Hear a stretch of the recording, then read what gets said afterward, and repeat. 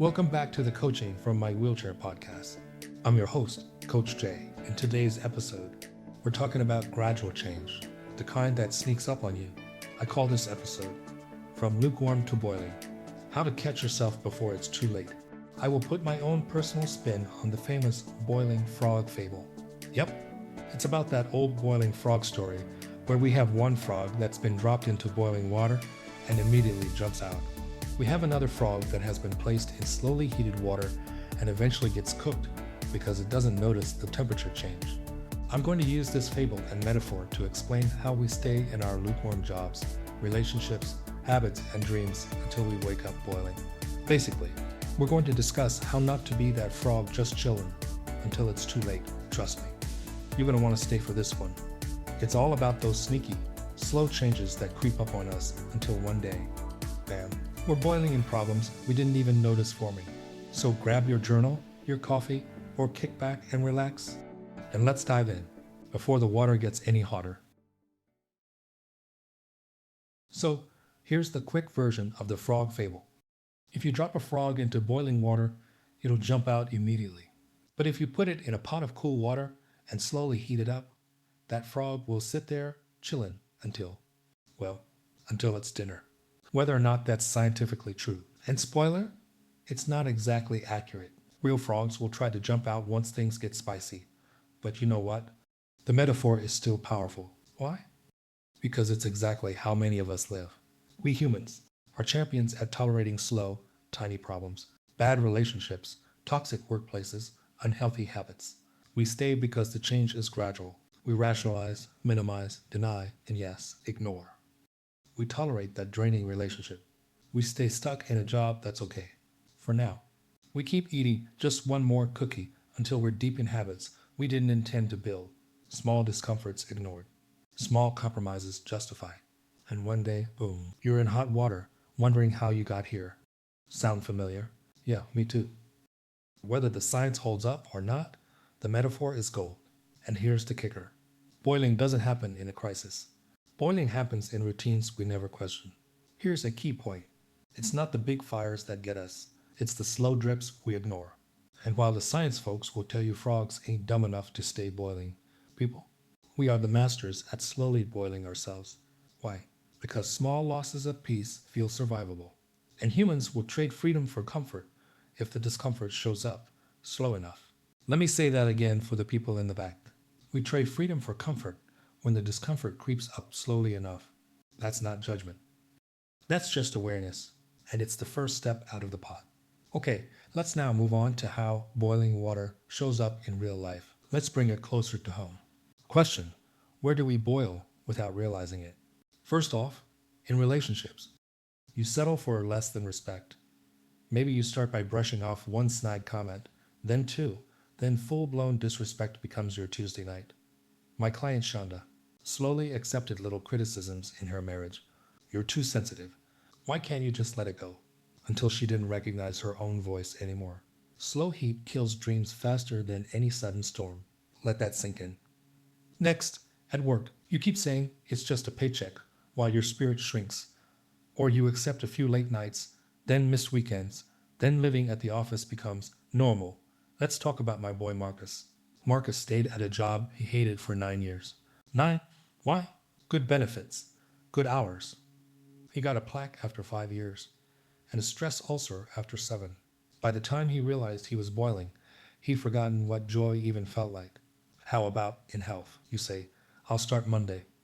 For the 10th Monday, skip one workout, then 2, then 3. Before you know it, you're winded walking to the fridge. Lastly, in personal dreams, you say, I'll start next month, over and over, until you realize it's been 5 years.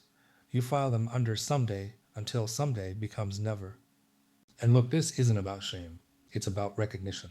Because the longer you ignore the small burns, the less strength you have to jump later. The water heats up slowly, and because each moment seems small, we don't jump out. Matter of fact, I had a season where every Sunday night, I felt physically sick thinking about Monday morning. But instead of jumping out of the pot, I just kept telling myself, it'll get better. Spoiler alert, it didn't, until I changed something. Let's talk about the psychology behind staying too long. Why do we tolerate these slow declines? Two big reasons. 1. Short term comfort versus long term growth. Short term, it's easier to stay comfortable. Long term, it's often a soul crushing price. 2. Fear of change. Even boiling water feels familiar after a while. Jumping out into the unknown, terrifying. Our brains love patterns, even crappy ones. It's survival instinct gone rogue. All right, people, time for a check in moment. If you can, pause and reflect. What's one area of your life where something minor feels not so minor lately? What conversations are you avoiding? Where are you settling for okay when you deserve abundant? Big change starts with small noticing. You can't change what you won't face. Okay? I'm going to put my coaching hat on and we're going to talk about how to catch yourself before you boil. All right, here's where the magic happens. Let's talk about some useful tools on how you can spot the signs early and jump out of that pot before you become frog stew. Tool 1. Do regular self audits. Once a month, sit down and ask yourself, what feels off in my life right now? Where am I tolerating too much? If the water feels warmer than it should, it's time to pay attention. If your gut is screaming no, but everyone else says yes, trust your gut. Tool 2. Look for tiny discomforts. Don't ignore the small stuff. That slightly off feeling, that sigh you make before walking into work, those are red flags, not background noise. Practice choosing small discomforts now to build muscles for bigger leaps later. Tool 3. Play the long game. Ask yourself, if I keep doing what I'm doing, where will I be in a year? Am I moving toward the life I want or away from it? If the answer makes you queasy, good. That's your cue to change course. Tool 4. Get accountability partners, friends, mentors, coaches. People who are willing to lovingly call you out when you're soaking in your own boiling pot. Trust me, you do not want to be your own temperature checker all the time. Tool 5. Set non negotiables. Small boundaries you never let slip because erosion starts there. Don't wait to boil. Discomfort now equates to freedom later. I hear somebody asking, Coach, what if I like the water? What if it's not so bad? Here's what I'll tell you. Comfort isn't the same as peace. Comfort can trap you. Peace will free you. If you've been sitting in warm water too long, that water becomes your prison, even if it feels comfortable. And yes, jumping out means feeling cold. It means shaking off old routines. It means facing the unknown. But it also means breathing again, dreaming again, living again. And you, my friend, were made to live fully, not halfway, not lukewarm, fully. Okay? Let's do a quick vision exercise. Close your eyes unless you're driving. Then keep them open, folks. Picture yourself 5 years from now. Who are you with? Where are you living? What do your days look like? How does your heart feel when you wake up? Now ask, is what I'm doing right now creating that future or cooking it alive? Be honest. Be brave. All right? Peeps, let's put it together. Let's create a self awareness master plan. 1. Scan weekly. Where's the temperature rising? 2. Name it. Label what's hurting, what's healing. 3. Act small. One boundary, one no, one conversation. 4. Stay loud inside. Listen to the voice that knows when the water's raw. 5. Stay ready to leap. Courage is a muscle. Work it daily. You don't have to fix your whole life today, but you do have to stop pretending it's fine when it's not. You deserve to live on purpose, not just survive by accident. You deserve joy, peace, passion, not lukewarm coping. All right, let's go over some frequently asked questions. How do I know if I'm just being impatient versus actually in a boiling frog situation? Great question. Ask yourself, is this discomfort part of growth? Or is this discomfort because I'm betraying my true self? Growth discomfort feels empowering eventually. Betrayal discomfort feels heavier over time. What if jumping out of the pot feels scarier than staying? Of course it does. Change is scary, but staying stuck costs way more.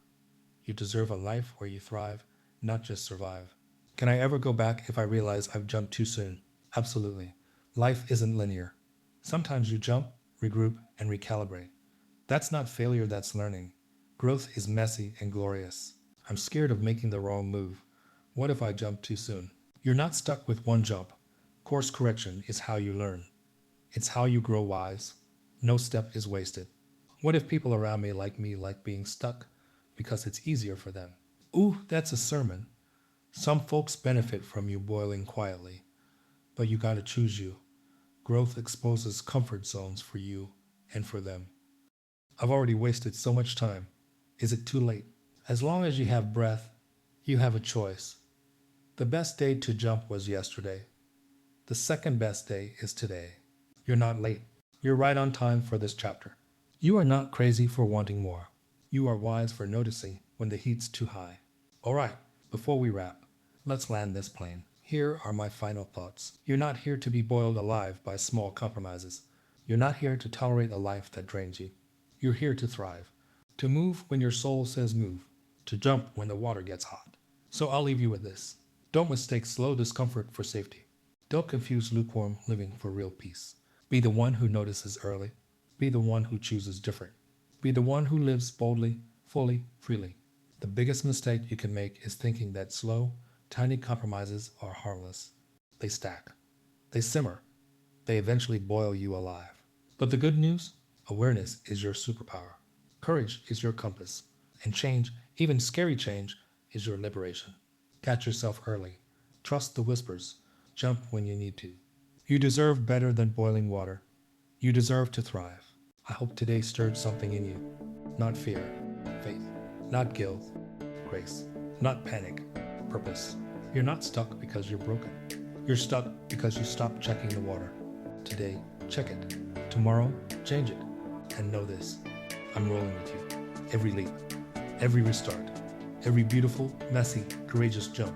And that's a wrap, folks.